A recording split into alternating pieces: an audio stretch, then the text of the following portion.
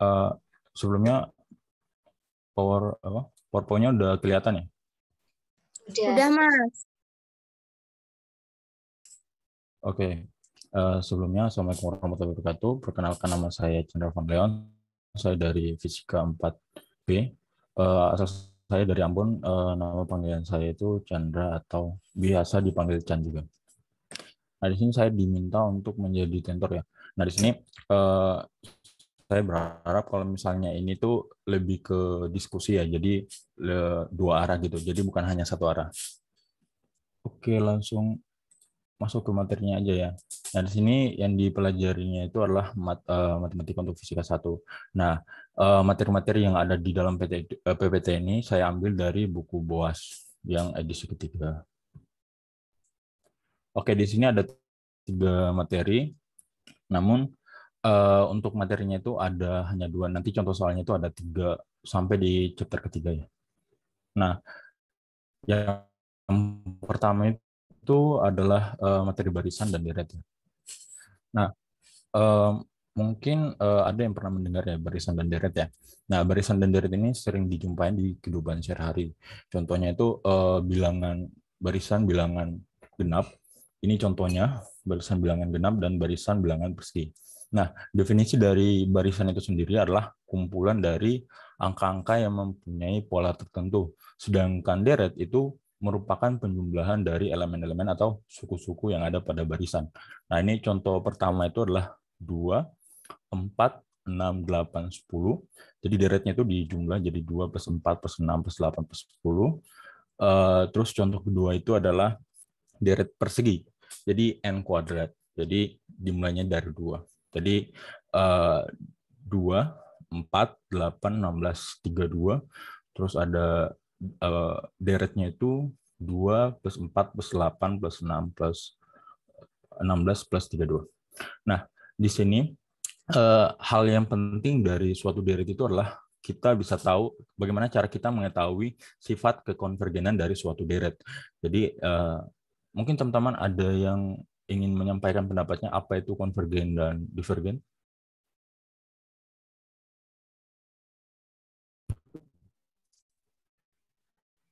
Di sini santai aja ya. Jadi jika ingin menyampaikan pendapatnya silakan. Tidak tidak ada yang marah juga sih sebenarnya. Oke, mungkin ada yang masih malu ya.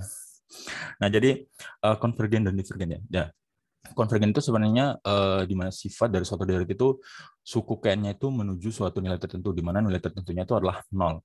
Nah, sedangkan divergen itu tidak menuju nilai tertentu, jadi dia itu melebar. Nah, kalau misalnya dianalogikan, itu bisa dilihat tanda panah yang di sebelah ini. Ini sebentar. Mohon maaf Kak, PPT-nya belum ke slide. PPT-nya nggak ke share screen ya. Oke, bentar ya. Stop share. Terus lagi.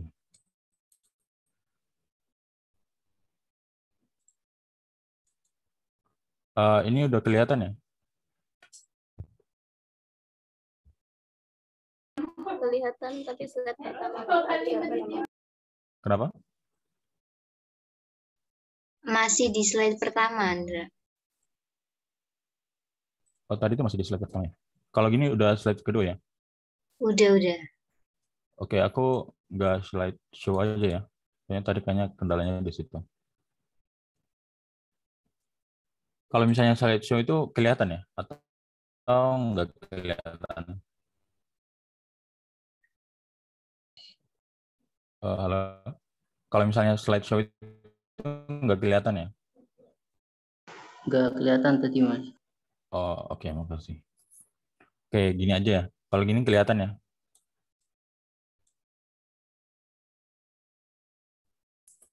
Bentar. Maaf ya. Oke. Oke, saya ulang ya. Nah, ini udah kelihatan ya? Sekarang di bagian slide kedua yaitu barisan dan deret. Nah, di sini oke, di sini ada sifat konvergen dan divergen. Nah, konvergen itu artinya menuju suatu nilai tertentu di mana nilai tertentunya itu adalah 0. Sedangkan divergen itu dia meluas, jadi dia tidak menuju suatu nilai tertentu. Nah, kalau misalnya dilihat analoginya itu bisa dilihat di bagian sebelahnya itu seperti anak panah gitu. Jadi dia mengerucut, jadi menuju suatu nilai tertentu. Sedangkan untuk divergen itu dia melebar. Nah, contoh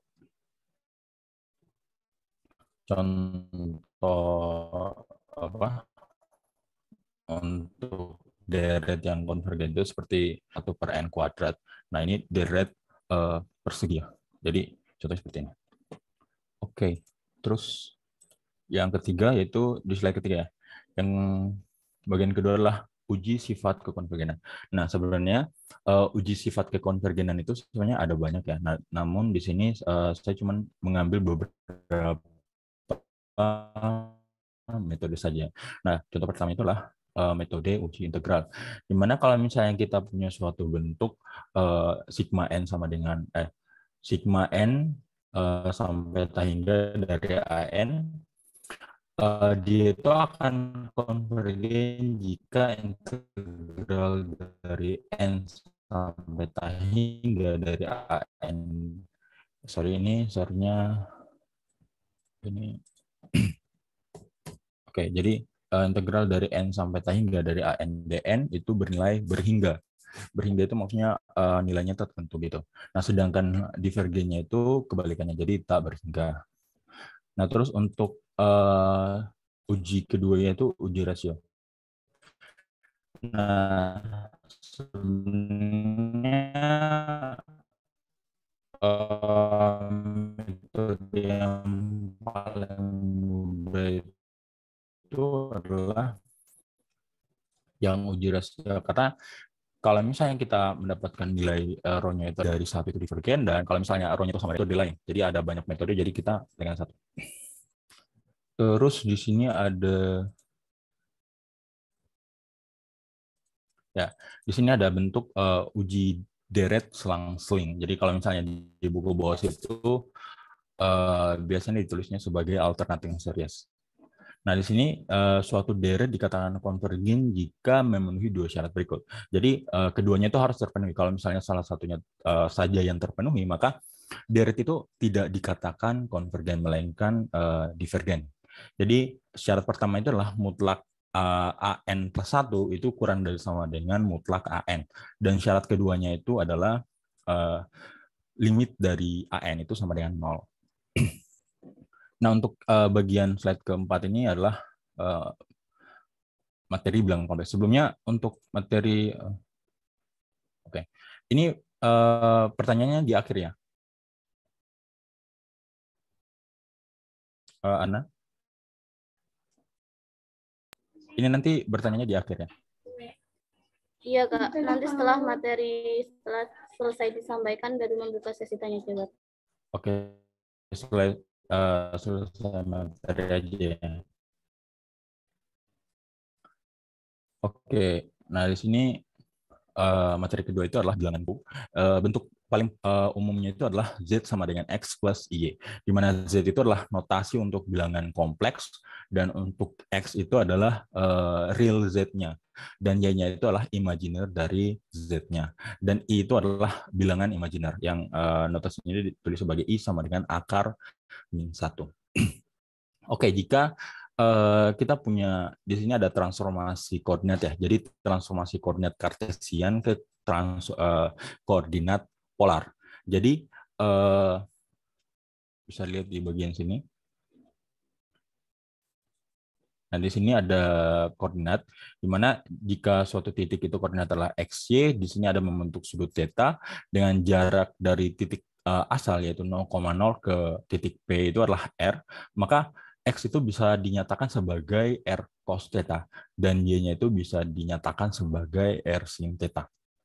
Nah, karena kita udah punya bentuk X sama dengan R cos theta dan Y sama dengan R sin theta, tinggal kita substitusi ke persamaan yang pertama, sehingga didapatkan Z sama dengan R cos theta ditambah I kali R sin theta. Nah, di sini karena kedua suku pertama dan suku kedua itu memiliki variabel R, sehingga variabel R-nya itu bisa ditaruh di luar ya. Jadi Z sama dengan R kali cos theta ditambah I sin theta. Nah, di sini ini merupakan bentuk kedua dari bilangan kompleks. Nah, sekarang kita lihat bentuk ketiganya. Dari sini ada menggunakan deret Maclaurin ya. Nah, sedikit penjelasan mengenai deret ya. Deret itu merupakan sebuah materi yang menurut saya itu cukup penting di fisika. Karena dalam kasus-kasus fisika banyak itu menggunakan deret. Contohnya itu misalnya dalam pendulum itu mungkin teman-teman pernah mendengar dibilang itu sin theta sama dengan theta. Nah, sin theta sama dengan theta itu didapat dari bentuk deret Maclaurin dari ekspansi fungsi sin theta. Jadi sin theta ketika angka 3 per 3 faktorial dan seterusnya. Nah, kalau theta-nya itu sangat kecil, maka suku setelah theta itu dianggap 0. Jadi syarat sin theta sama dengan theta itu ketika theta-nya itu kecil. Itu contoh pertama. Contoh keduanya itu pada kasus mungkin teman-teman akan belajar di Max 2 yaitu mengenai persamaan aliran kalor. Nah, itu menggunakan itu bakal dapat juga di sekitar chapter 7 kalau nggak salah. Itu mengenai deret Fourier. Jadi deret itu aplikasinya itu sangat banyak dan biasa digunakan di kasus-kasus fisika. Nah, di sini ada bentuk dari sin theta sama dengan suatu deret, dan itu juga cos theta juga, ini didapatkan dari deret Maclaurin. Jadi deret Maclaurin itu sebenarnya kasus khusus dari deret Taylor. Nah, oke, sekarang yang diubah itu adalah bentuk keduanya. Jadi Z sama dengan R kali cos theta ditambah I sin theta. Oke, jadi cos theta-nya itu tinggal disubstitusi yang bentuknya, terus ditambah I dikali bentuk dari deret sin theta. Nah, sini bisa dikelompokkan ya. Jadi 1 ditambah I theta dikurangi theta kuadrat per 2 faktorial dikurangi I theta pangkat 3 per 3 faktorial ditambah theta pangkat 4 per 4 faktorial tambah seterusnya. Nah, di sini akan ada sedikit manipulasi ya. Manipulasi bentuk, dan dilihat di slide kelima ini, yang slide keempat ini saya tulis kembali di slide kelima. Nah, jadi bentuk ini akan dimanipulasi. Lihat pada suku ketiga bahwa ini kan theta kuadrat ya. Jadi kalau misalnya kita nulisnya itu I theta dalam kurung dikuadratkan, itu akan sama dengan bentuk yang di atas. Karena I kuadrat itu kan sendiri adalah negatif 1. Ya. Kan I itu adalah akar negatif 1. Kalau misalnya dikuadratkan, berarti I kuadrat itu sama dengan negatif 1. Sehingga negatif 1 itu kalau misalnya dikali ke bagian depannya, akan sama dengan bentuk yang di sebelumnya. Begitupun dengan yang di bagian suku keempat. Nah, suku keempat ini I theta di pangkat ketiga. Nah, kalau misalnya I pangkat 3 itu kan bisa ditulis sebagai I dikali I kuadrat, di mana I kuadrat adalah negatif 1, maka I pangkat 3 itu sama aja dengan negatif I. Nah, itu bakal sama dengan bentuk yang di atasnya. Itu bentuk keempat juga, karena I kuadrat itu adalah negatif 1, maka I pangkat 4-nya itu adalah negatif 1 kali negatif 1. Yang nilainya adalah positif 1. Nah, sekian dan seterusnya, itu bentuknya itu akan disesuaikan, sehingga dari bentuk yang ini, bentuk yang dalam kurung ini, kurung siku ini, itu bentuknya itu sama dengan bentuk eksponensial I theta. Nah, ini teman-teman bisa lihat di buku bawah situ, di chapter pertama itu ada bentuk ekspansi dari sin theta, cos theta, terus ada eksponensial X. Nah, tapi di sini X-nya itu ditukar sebagai I theta.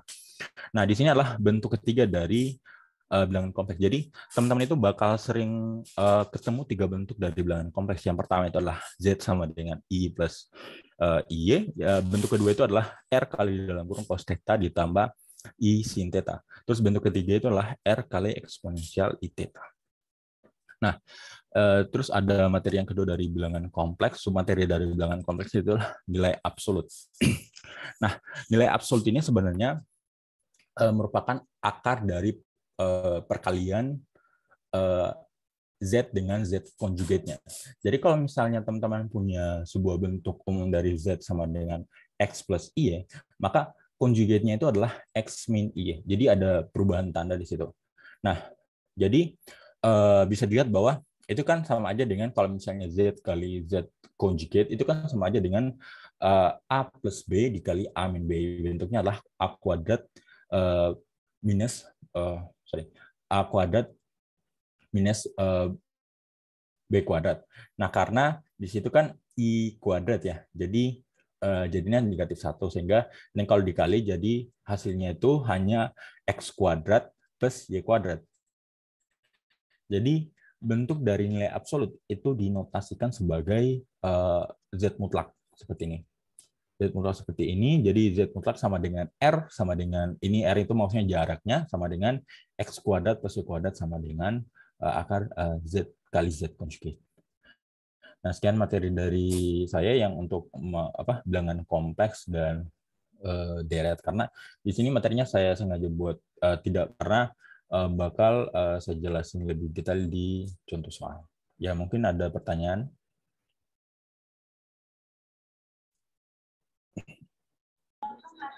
Baik, terima kasih kepada Kak Chandra atas penyampaian materi yang tentunya sangat menarik ya kawan-kawan.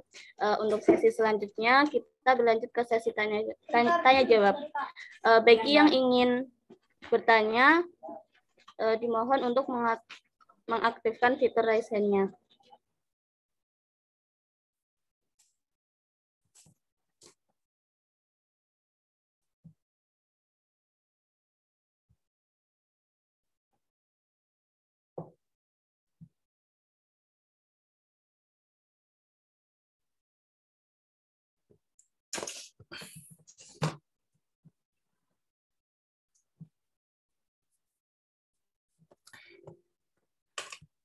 Ya, jika ada yang bertanya silakan.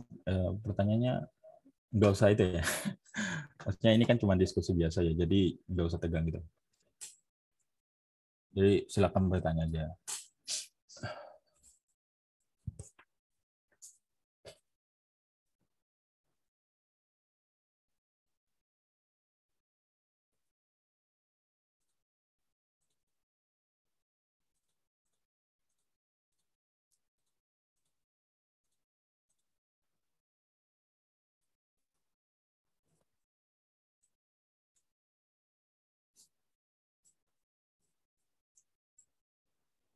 Sekali lagi, bagi yang ingin bertanya, dipersilahkan.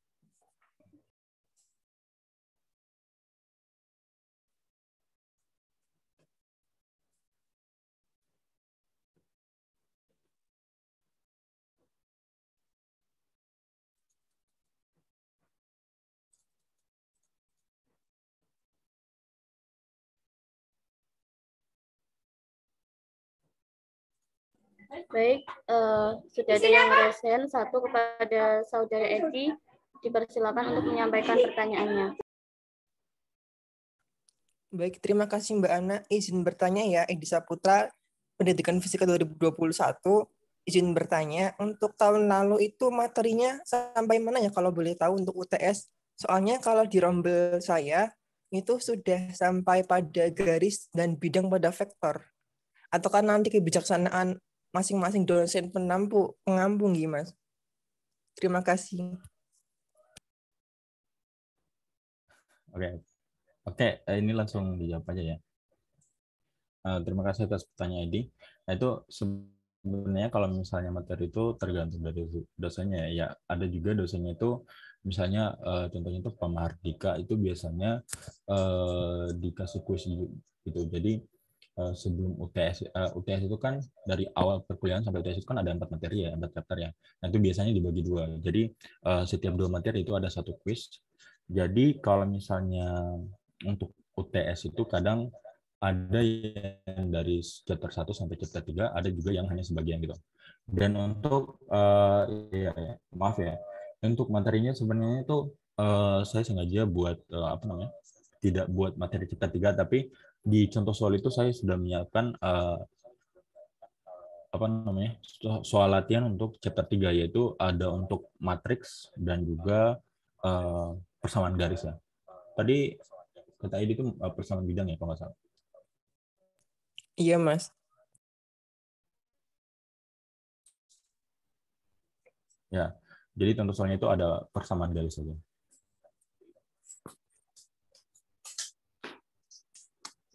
Oh ya, nah kalau saran saya itu lebih baik dipersiapkan untuk chapter 1 sampai chapter ketiga. Baik, Mas. Dapat dipahami, Mas. Terima kasih, Mas Chandra. Ya, sama-sama.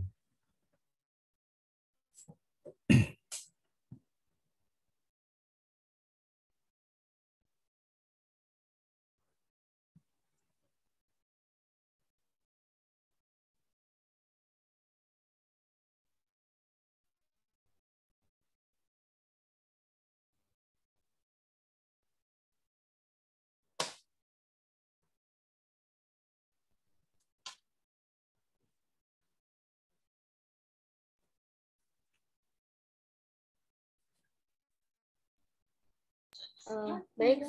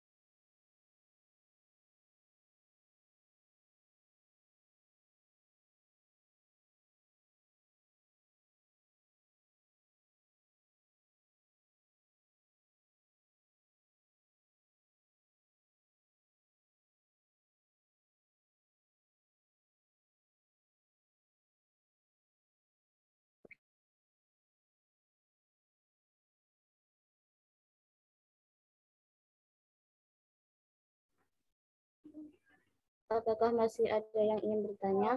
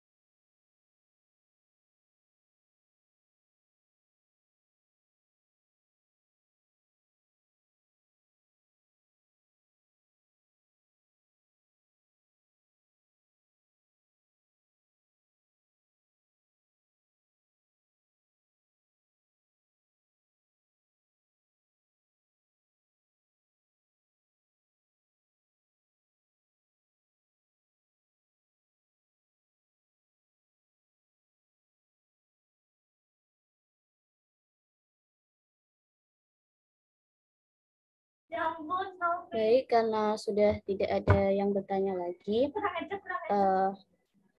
mungkin kita cukupkan saja diskusi pada siang hari ini.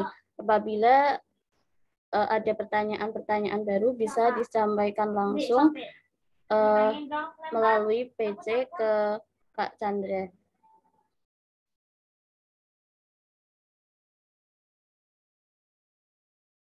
Sebelumnya, saya ucapkan terima kasih kepada Kak Chandra atas waktu dan ilmunya. Mohon maaf jika banyak kesalahan kata dan tingkah laku saya yang kurang berkenan. Marilah kita tutup acara pada siang hari ini dengan membaca hamdalah bersama-sama. Alhamdulillahirrabbilalamin. Terima kasih. Wassalamualaikum warahmatullahi wabarakatuh. Waalaikumsalam warahmatullahi wabarakatuh. Mungkin dari teman-teman bisa on cam terlebih dahulu ya untuk diadakan sesi dokumentasi.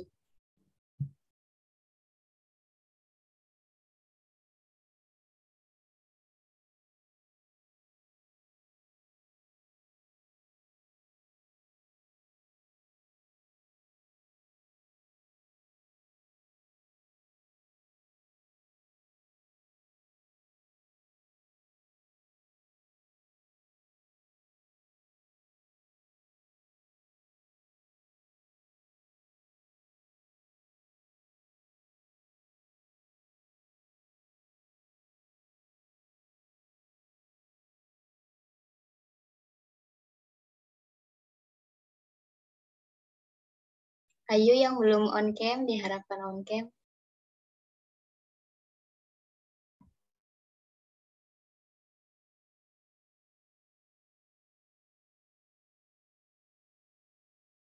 Oh iya, minta tolong untuk Mas Chandra itu mungkin share screen-nya bisa di stop dulu, Ngi. Oh iya, maaf ya.